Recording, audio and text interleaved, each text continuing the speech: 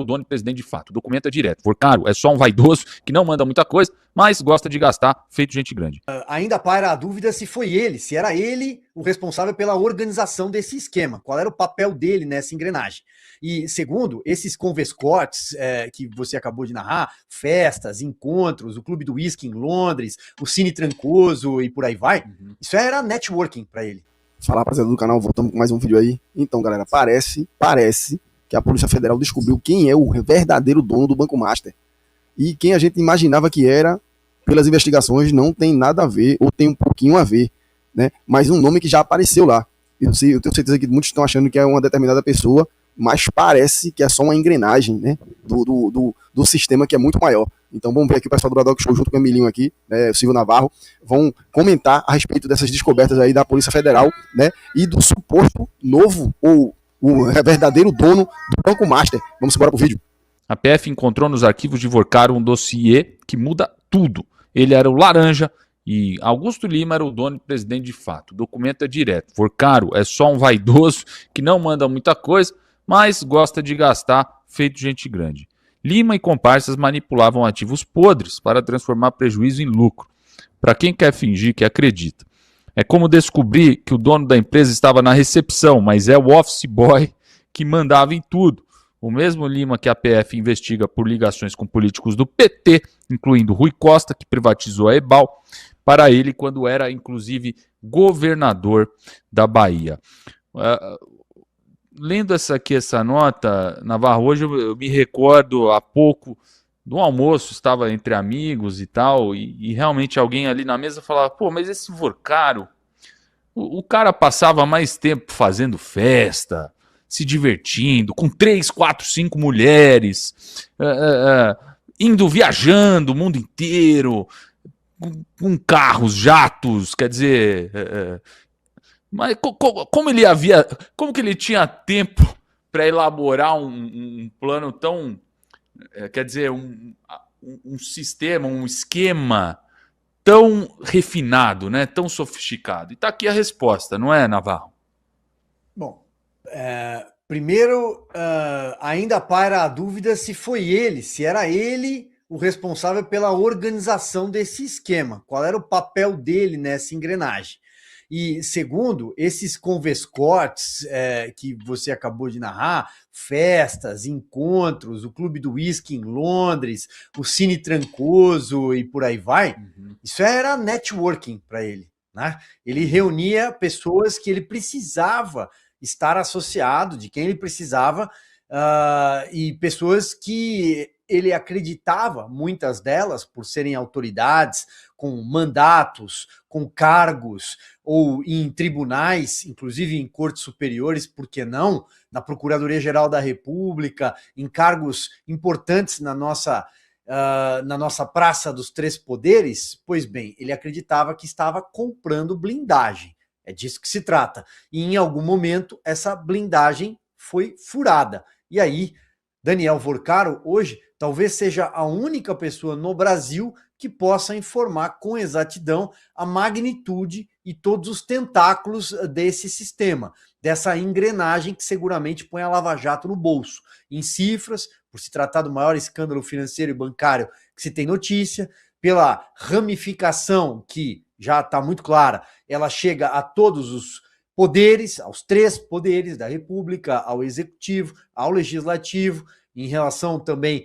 É importante a gente apontar que talvez a cúpula de partidos políticos, e aí isso provavelmente vai se estender de A a Z, com raras exceções, e ao judiciário, algo que a própria Lava Jato não conseguiu mapear se a roubalheira do Petrolão, como foi batizado aquele escândalo investigado durante 7 anos e 80 fases, o quanto ele conseguiu entrar e envolver figuras do judiciário brasileiro, porque quando bateu a porta do STF, isso terminou num inquérito que é o 4.781, por conta da capa da revista Cruzoé, lá atrás, em abril de 2019.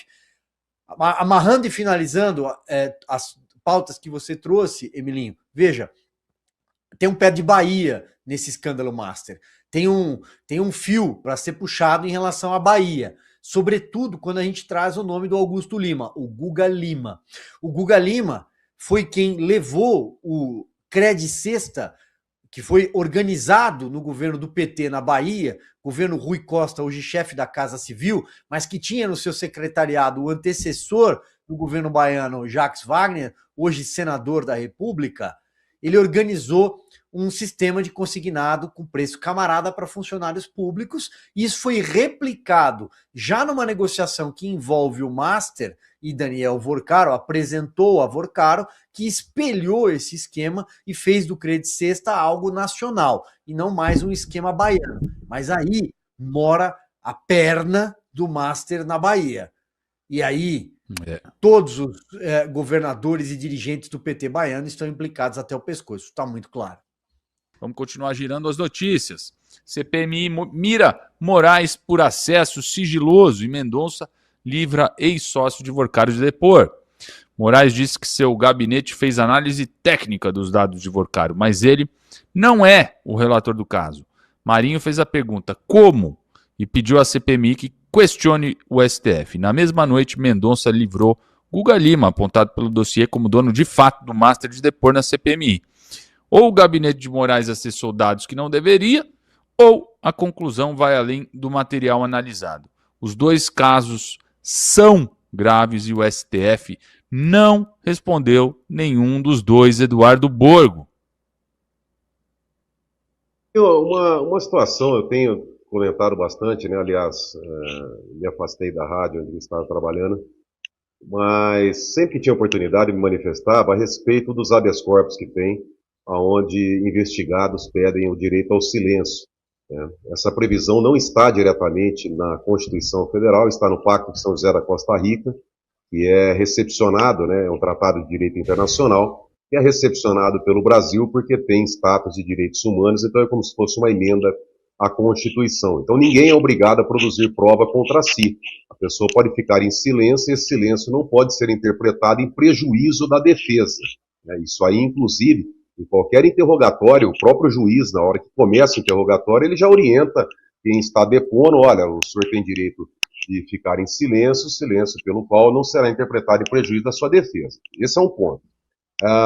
As CPIs e as CPMIs têm poderes de autoridade judicial. Está na Constituição também, no artigo 58, dos poderes das comissões parlamentares de inquérito. Agora, um habeas corpus para ficar em silêncio, não quando é testemunha. Tá? A testemunha ela tem que falar a verdade, ela não pode sequer se calar, sob pena de cometer o crime de falso testemunho e ser preso em flagrante, inclusive. Agora, se é investigado, se foi um indiciado ou se é réu, ele tem o direito de ficar em silêncio, e não é o André Mendonça, não é o Alexandre de Moraes, não é o Gilmar Mendes. Quem garante isso é o Pacto de São José da Costa Rica, que tem amparo da Constituição. Agora, o que eu não consigo entender, e eu sou advogo na área criminal faz 20 anos aproximadamente, é o fato dessas liminares estarem dando ali um salvo-conduto para a pessoa nem ir na comissão parlamentar de inquérito. E aí eu fico muito preocupado com isso, por quê? Porque se a CPI, se ela tem poder de autoridade judicial, ela tem o mesmo poder de juiz. É a Constituição da República que está falando isso. Então, quando os ministros do Supremo dão lá um habeas corpus, né, e dando esse salvo-conduto para a pessoa, além de ficar quieta, para ela sequer comparecer à CPMI, eu fico pensando o seguinte, se eu sou advogado de defesa, eu posso chegar para o meu cliente e falar assim, olha, quando o juiz te intimar para ir depor, você não vai. Porque se você não precisa ir numa CPMI que tem poder de autoridade judiciária, você também não precisa ir na frente do juiz. E o que é pior, também não precisa, então, ir na frente do delegado de polícia, do procurador da República, porque se o próprio ministro está dando lá um habeas corpus, olha, você não precisa ir lá na CPMI, então, peraí. Então, esse é o ponto que eu questiono. Agora, o direito ao silêncio, eu vejo, às vezes, as manchetes dos jornais, olha, saiu uma liminar, o André Mendonça, mais um HC para não se manifestar, é direito de qualquer um, não importa quem seja, se é o Lula, se é quem for.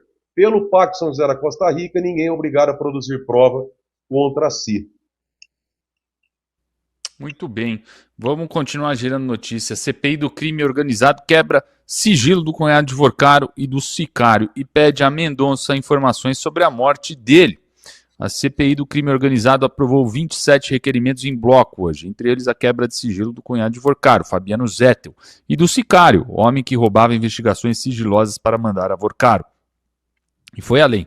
Pediu a Mendonça informações sobre a morte do sicário.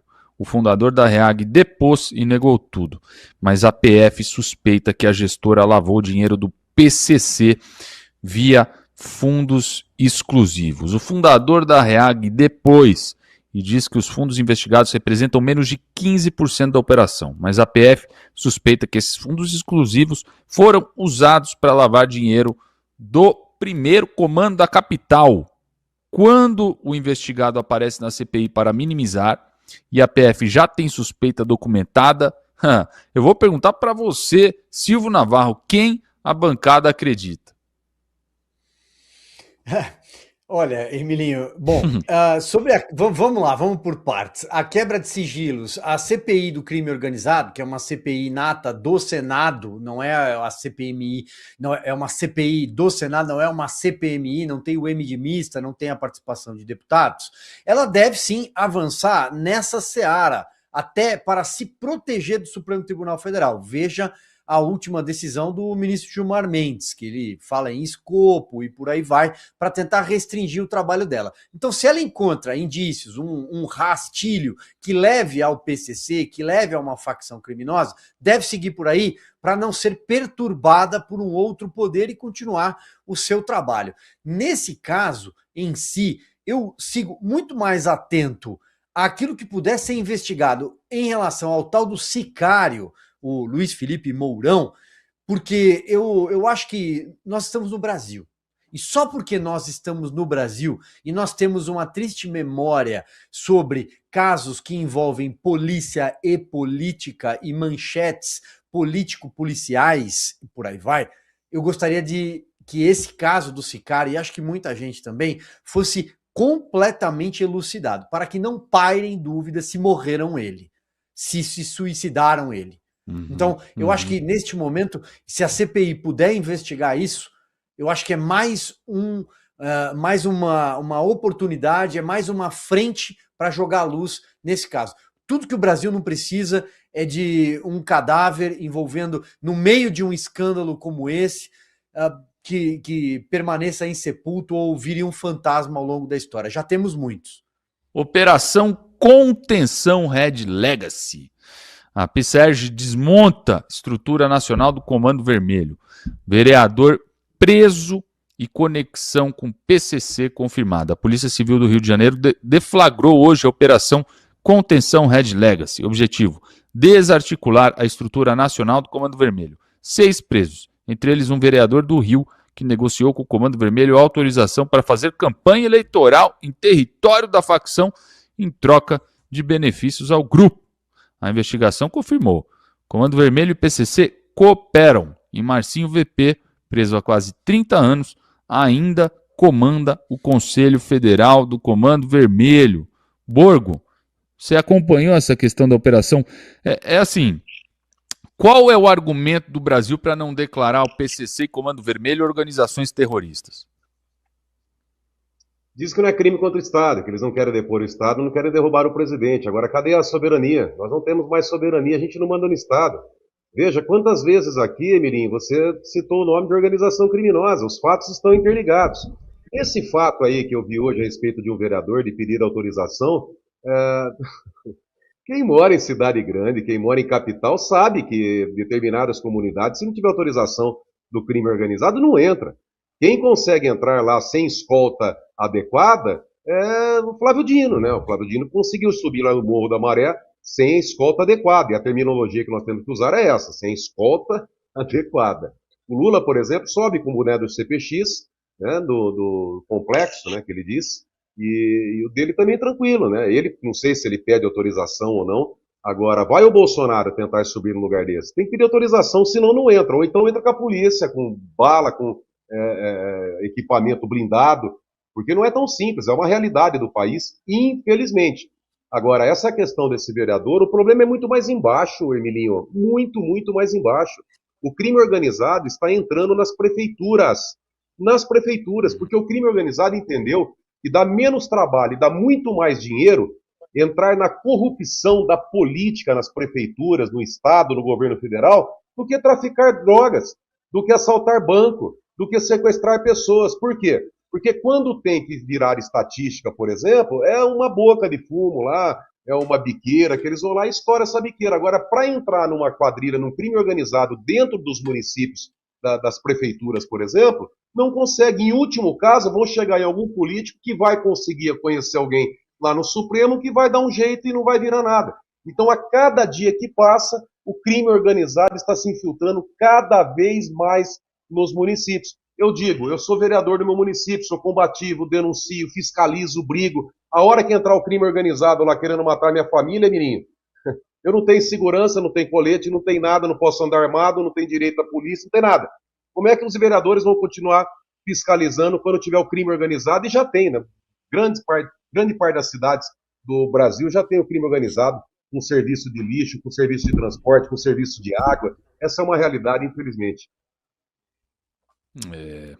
Olha, eu vou continuar nessa pauta, já vou passar a palavra ao Silvio. Lula liga para Petro, com medo que Estados Unidos usem Comando Vermelho e PCC para operar no Brasil, mas assessores de Rubio já estavam aqui há meses ouvindo investigadores. Os Estados Unidos ameaçam classificar Comando Vermelho e PCC como terroristas e Lula correu ligar para Petro. O temor do Planalto, segundo o jornal, seria: a classificação abre margem para operações militares americanas em solo brasileiro. Mas será, meu amigo Silvio, que esse é o verdadeiro medo de Lula? Bom, temos alguns pontos aqui, né? E por falar em narcoestado, por que não falar da Colômbia, do seu Gustavo Petro, aliás, integrante do M19, naquele movimento de guerrilha urbana, lá atrás, quando a gente for viajar um pouco no tempo, para a década de 1970, depois 1980, e a ligação com os cartéis e por aí vai. A Colômbia é governada por um terrorista, por um ex-guerrilheiro, digo ex só pelo fato de que imagino que hoje ele não ande ainda armado com fuzil e não pratique sequestros, pelo menos não temos notícia. Esses são Silvio, os amigos, os camaradas do Lula. Oi? Eu até acabei de esquecer, a gente tem até um insert do Flávio, é um furo aqui do Bradock. Eu vou pedir só para passar, para você também comentar o que o Flávio aí disse. Por favor, roda o insert para mim. O Brasil vive hoje uma grande crise moral de suas instituições. Isso precisa ser reajustado, precisa voltar a haver harmonia entre os poderes. Mas nós temos que principalmente combater com muita força a criminalidade. O Brasil hoje tem 25% das pessoas morando em territórios que são dominados por narcotraficantes, como o CV, como o PCC, algo muito parecido com o Trem de Aragua, que também invadiu aqui o Chile. Nós precisamos libertar essas pessoas desse domínio territorial, desse governo paralelo ao qual elas estão submetidas hoje, levando ali infraestrutura, educação, saúde, oportunidade e esperança para essas pessoas. Desculpa a interrupção aí, Silvio. Perdão, foi eu, acabei esquecendo do insert, mas pode prosseguir. Vamos juntar aqui, ó. Domínio territorial, entre aspas, o sequestro de pessoas que vivem nesse território, governo paralelo, armados até os dentes, isso, como o Borgo bem descreveu, isso não é terrorismo. E se ali se trata de uma engrenagem de tráfico de drogas e tráfico internacional de drogas, quando falamos de Comando Vermelho e PCC, nós não estamos falando de narcoterroristas? E por que não, então, não podemos classificá-los como tal para que os Estados Unidos, o escudo da América, ou seja, a parceria de nações entre nações, possa combater o tráfico internacional de drogas aqui no nosso continente? Quem é que não quer? É o PT do governo Lula da Silva, é o governo de turno do Brasil Lula da Silva. Esse ponto acho que o Borgo já esclareceu, já jogou luz também na participação dessas facções criminosas na política, nas prefeituras. Temos casos de vereadores, de políticos investigados também em outras esferas, talvez até na esfera federal. Eles se infiltraram porque são verdadeiras máfias, são organizações que atuam como multinacionais do crime.